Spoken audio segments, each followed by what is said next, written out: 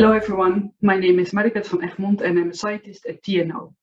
TNO stands for the Netherlands Organization for Applied Scientific Research. And in 2021, we did a shared research project with two Dutch banks, ABN AMRO and Rabobank.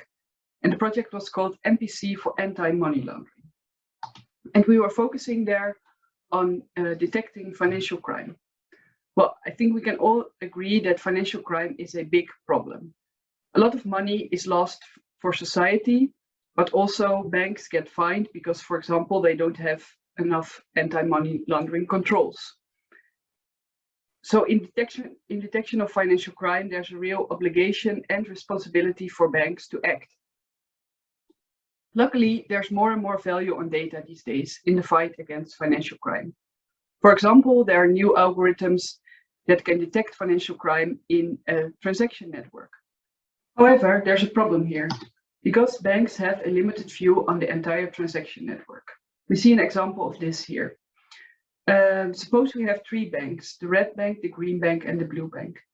Then every bank can see the transactions that come in and go out of its own accounts. For example, the blue bank can see the transactions on the left, so it can see the transactions that come into the blue account. But actually, there's also a green account, you see on the right, that receives some suspicious cash money. And you see in this transaction network that this money flows actually from the red account and the green account to the blue account. But this remains invisible for the blue bank. Well, if we zoom in to this picture, we see that if we could share data, then we could possibly follow this risky money by using network algorithms. And then we would end up with seeing that this blue account might be suspicious. However, as I said, due to confidentiality, this data cannot just be shared. So the blue bank only sees the transactions on the right. And this is where our MPC solution comes in, where we only share encrypted data. So what happens? The data of the green bank, in this case, the fact that this green account is suspicious, is encrypted, and this encrypted value is sent to the other banks, and then some secure calculations can take place on the encrypted data. And after secure calculations have taken place, the encrypted results can again be sent to the blue bank that can also perform some secure calculations. And then the blue bank ends up with an encrypted value, which is the result of this secure algorithm.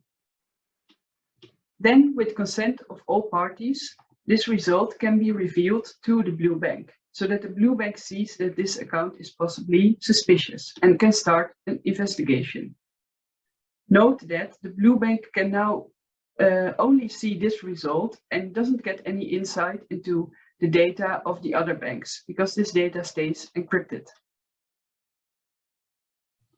Well, this was a very, very quick introduction into our secure risk propagation algorithm, of which we successfully built a proof of concept.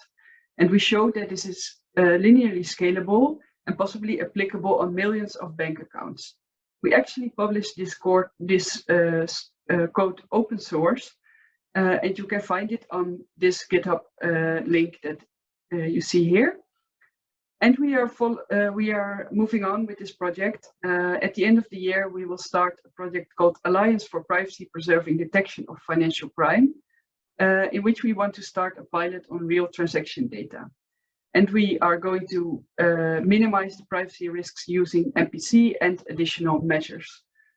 And we hope to reach our ultimate goal here, which is to catch the criminals while protecting privacy of customers.